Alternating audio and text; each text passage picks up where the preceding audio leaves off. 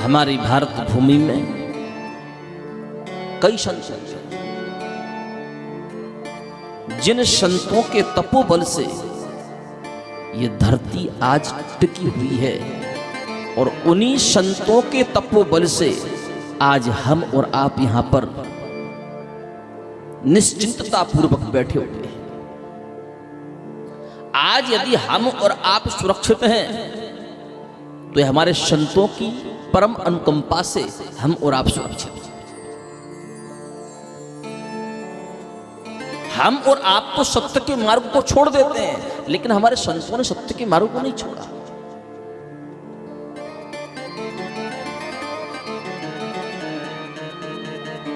एक बड़ी ही सुंदर कथा, और ये ज्यादा पुरानी नहीं है, इसी कलयुग की कथा है।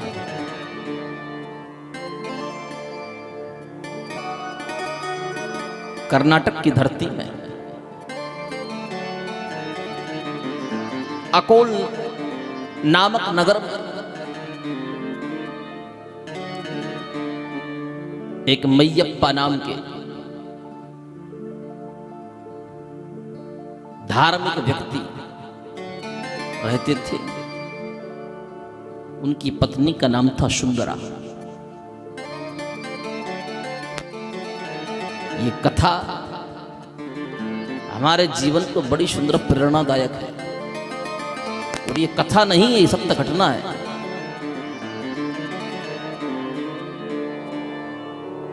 ये भगवान शिव के अनन्य भक्त थे। ये मैयप्पा और सुंदरा कोई और नहीं थे, आपकी धनगर समाज के ही दो व्यक्ति थे। धनगर समाज में आज से नहीं, प्राचीन काल से ही भगवान शिव की पूजा की जाती है। जो धनगर समाज है ये भगवान शिव की अनन्य उपासक है। धनगर समाज के जो कुल देवता हैं वो काशी में विराजमान उपस्थित जो भैरवनाथ हैं, ये धनगर समाज के कुल देवता हैं। वो जो इनके इष्ट देवता हैं भगवान शिव हैं।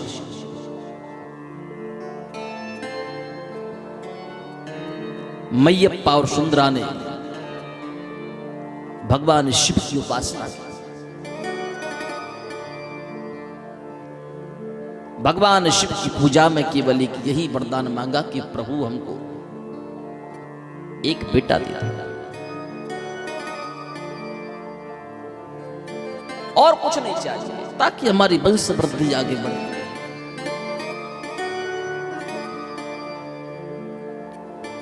ये कथा वो लोग जरूर सुनना जो लोग कहते हैं कि भगवान नहीं होते।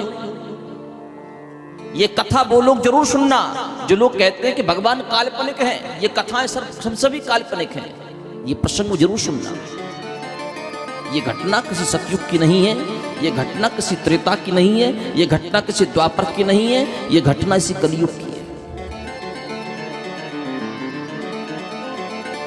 भगवान शिव की कृपा से मैयप्पा और सुंदरा के बीच में एक नन्हा सा बालक हुआ।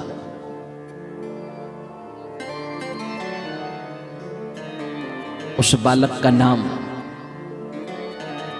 बल्लप्पा के नाम से दुनिया के लोग जानने लगे।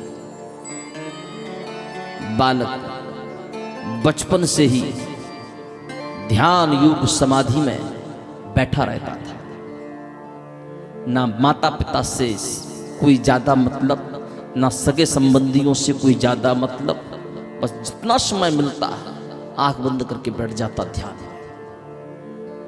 मैंने कल की कथा में कहा था कि आंखों का जो तप है वो ध्यान है। ये दुनिया में आंखें खोल करके रखोगे तो आपके जीवन में इन आंखों से पाप हो सकता है। यदि इन आंखों को आप बंद करके भगवान का चिंतन करोगे तो इन आंखों से होने वाले पापों से आप बच जाओगे। वो बालक बचपन से ही अपनी दोनों आंखों को बंद करके भगवान का ध्यान करने बैठ जाता था। मैयप्पा और सुंदरा आपस में चर्चा करते थे कि ये बेटा जब से जन्म लेकर के आया है तब से हमने इसके पुत्र सुख का अनुभव नहीं किया। जब देखो तो आंख बंद करके बैठा रहता है। किसका ध्यान करता है, किसका चिंतन करता है, किसका पूजन करता है। एक काम करो, इसका विवाह कर दो। जब ये बड़ा हो जाए ना, इसका जल्दी विवाह कर।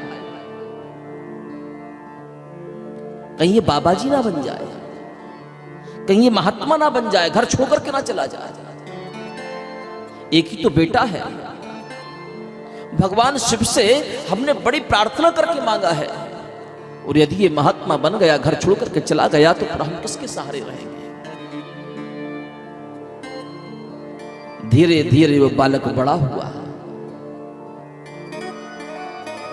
14 वर्ष की उम्र में उस बालक की शादी कर दी गई, विवाह हो गया। दहेज में 15 भेड़ दे दी गई, मेंढी। दहेज में 15 मेंढी थी। लेकिन एक बात कहूं, जो व्यक्ति भगवान से अपने संबंध को जोड़ लेता है, भगवान को अपना सब कुछ मान लेता है, उसके जीवन में संकट आना चालू हो जाता है। अब ये संकट क्यों आते हैं? भगवान परीक्षा लेते हैं, देखते हैं कि इन संकटों को देख करके तुम मुझे छोड़ दो। अगर दुनिया के संकटों को देख करके तुमने मुझे छोड़ दिया, तो समझना ये बगुला भक्ति थी। और तुमने दुनिया के संकटों को देख करके भी, संकटों को सहन करके भी तुमने मुझे नहीं छोड़ा, तो समझना तुम पक्के सच्चे भगवान के भक्त थे। ये संकटों की परीक्षा हमारे जीवन में आती है।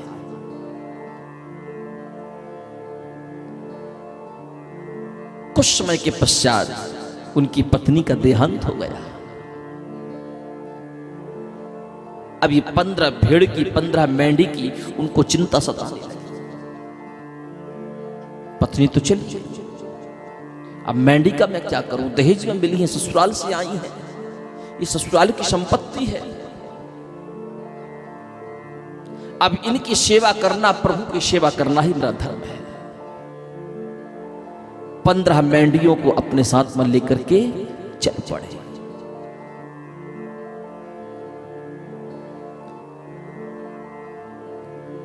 खुले मैदान में मेंढी चरती रहती थी, और बल्लप्पा अपनी आंखों को बंद करके भगवान शिव का ध्यान करते रहते थे। कुछ समय की ऐसी स्थिति परिस्थिति बनी कि उनकी 15 मेंढी धीरे धीरे धीरे धीरे अस्वस्थ होने लगी, बीमार पड़ने लगी। बल्लप्पा के आंखों में आंसू आए। भगवान से कहा, प्रभु मैंने अपने लिए आज तक कुछ नहीं मांगा, तुमने मेरी पत्नी को मुझसे छीन लिया, मैंने आपसे कोई शिकायत नहीं की।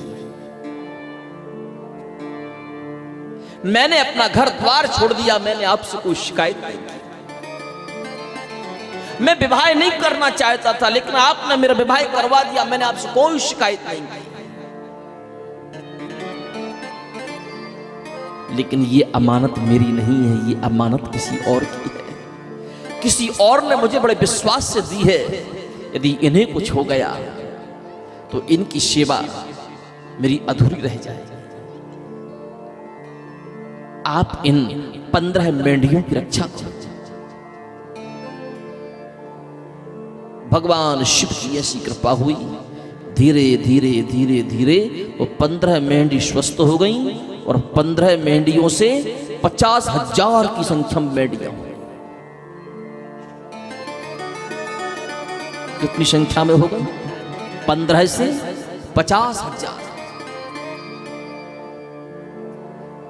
आप 50,000 मेंढियों को कहां रखें? धीरे धीरे लोग देखने लगे। ये कलयुग है ना, चमत्कार को नमस्कार है। लोगों को संतों से मतलब नहीं है, लोगों को भगवान से मतलब नहीं है, लोगों को सत्यता से मतलब नहीं है, लोगों को वर्तमान की स्थिति और परिस्थिति से मतलब है कि वहां पर क्या हुआ है। 15 से 50 हजार मेंढियां कैसे हो गई? क्या ऐसे हो सकता है क्या? धीरे धीरे धीरे धीरे लोगों की संख्या बढ़ने लगी। उन्हीं बल्लप्पा को दुनिया के लोग बालू मामा के नाम से जानने लगे।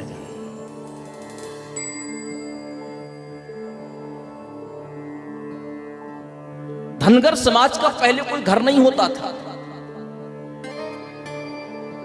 जमीन ही उनकी घर है और आसमान ही उनकी चादर है। जितनी भी जीवात्माएं हैं, गाय है, महेश है, भेड़ है, बकरी है, ऊंट है, हिरण है, इन संपूर्ण जीवात्माओं को धनगर समाज के लोग अपना धन समझते थे और इनके साथ में रह करके उसको अपना घर समझते थे। इसलिए उनको कहने लगे धनघर। जहां वो अपने धन के साथ रहने लग जाएं वही उनका घर है, धनघर। ईंट पत्थर के मकान की जरूरत उनको नहीं पड़ती थी। आज भी ऐसे कई लोग हैं, खेतों में पड़े हैं बेचारे, सैकड़ों की संख्या में, हजारों की संख्या में भेड़ बकरियां चल रही हैं। अब बालू मामा ने जैसे ही 50 हजार भेड़ों को देखा, मेंढियों को देखा, अब तो उनकी योग साधना की प्रवृत्ति और बढ़ने लगी। लोभ की प्रवृत्ति नहीं बढ़ी कि 15 से 50 हजार हो गई तो मैं भगवान को छोड़ दूं। उन्होंने उनकी चिंता नहीं की। जब ईश्वर ने 15 से 50 हजार की संख्या कर दी है तो उनकी खाने की व्यवस्था भी करेगा, उनकी रहने की व्यवस्था भी करेगा। सारी धरती शिव की है, सारी धरती राम की है। जहां जहां ये जाएंगे वहां वहां इनको दाना पानी मिलता है। धीरे धीरे संख्या बढ़ती गई। 50 हजार से लाख, 2 लाख मेंढियां हो।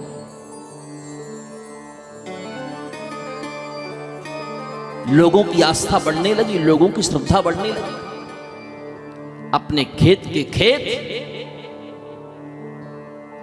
बालू मामा की मेंढियों को देख करके खड़ी की खड़ी फसल छोड़ देते थे। बालू मामा की मेंढियां आ रही हैं, बालू मामा की मेंढियां आ रही हैं, बालू मामा की मेंढियां। अब तो लोगों की आस्था ये बनने लगी कि भैया यदि ये सारी की सारी मेंढियां हमारी खड़ी फसल खाएंगी तो इससे दुगना अन्न धन उत्पन्न होगा। और वास्तव में ये चमत्कार हुआ है।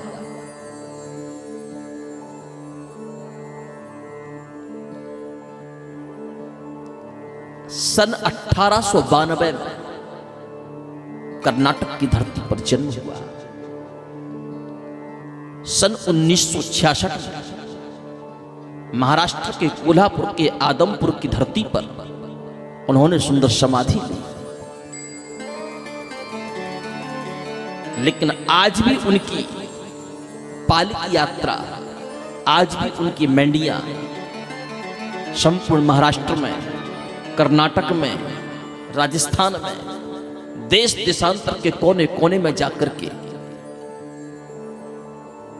भक्तों के ऊपर कृपा कर रही है। मैंने अपनी आंखों से एक दिव्य चमत्कार देखा। बरझड़ी में कथा चल रही थी। बालू मामा की मेंढियां आई। अभी शिवरात्रि की बात बता रहा हूं, कोई ज्यादा समय नहीं हुआ, 1.5 महीना हुआ होगा, 1 महीना 1.5 महीना हुआ होगा। यहां पर राम कथा चल रही थी बरझड़ी, और उनका स्थान थोड़ा सा दूर था, तो कथा की आवाज वहां पर नहीं जाती। तो किसी कारणवश प्रसाद को लेकर के आपस में थोड़ा सा तनाव हो गया, तो अपना सारा का सारा टेंट मंडप वहां से उखाड़ करके और बरझड़ी गांव के इस तरफ आ गए।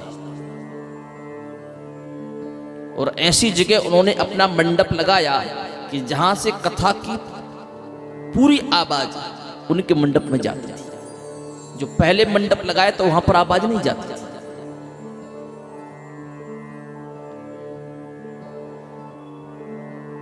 उनकी पालकी की यात्रा निकली।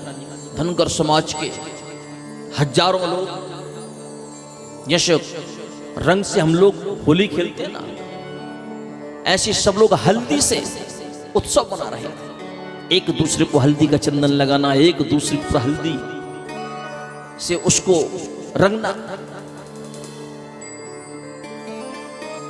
हमारी इच्छा हुई कि हमको भी भाई दर्शन करने जाना चाहिए।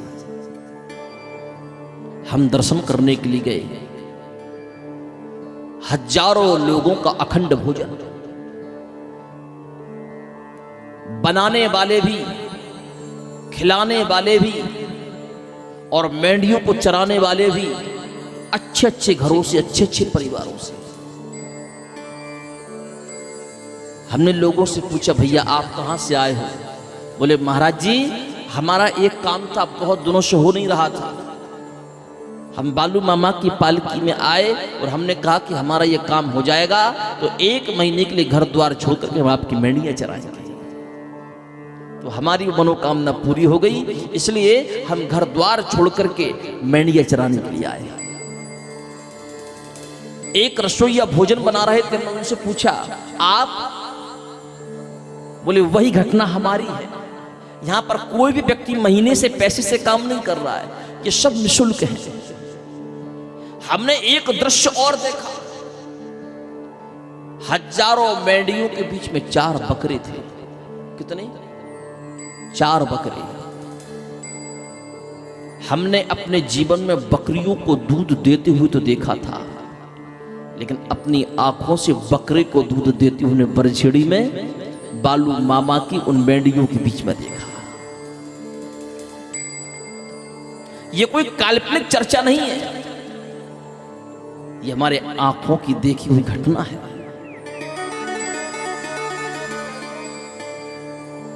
क्या आपने कभी सुना कि बकरा दूध देगा? यह संत की तपस्या का प्रभाव है। संत के जीवन में सतता होती है। जो कोई नहीं कर सकता वो संत कर सकते हैं।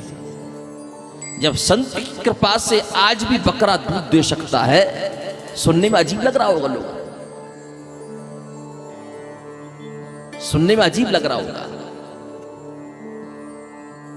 अभी यहां पर नेटवर्क प्रॉब्लम है, वो वीडियो में रखे हुए हैं, और जब कथा यहां से जाकर के नेटवर्क में आकर के लाइव चलेगी ना, और इस प्रसंग के साथ में वो दिखाएंगे, आप देखना कि बकरा कैसे दूध दे रहा है। एक व्यक्ति ने हमारी आंखों के सामने बकरे से दूध निकाला और उसने उस दूध को पिया भी है।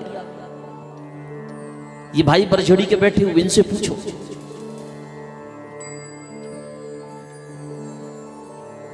ये केवल संत कृपा से संभव हो सकता है, क्योंकि संतों को विश्वास है ईश्वर है। संतों ने ईश्वर को देखा है, संतों ने ईश्वर का अनुभव किया है। जिस व्यक्ति ने ईश्वर को आज तक पहचाना ही नहीं, स्वाभाविक है वो मेरे राम पर भी संदेह करेगा, मेरे कृष्ण पर भी संदेह करेगा, मेरे महादेव पर भी संदेह करेगा।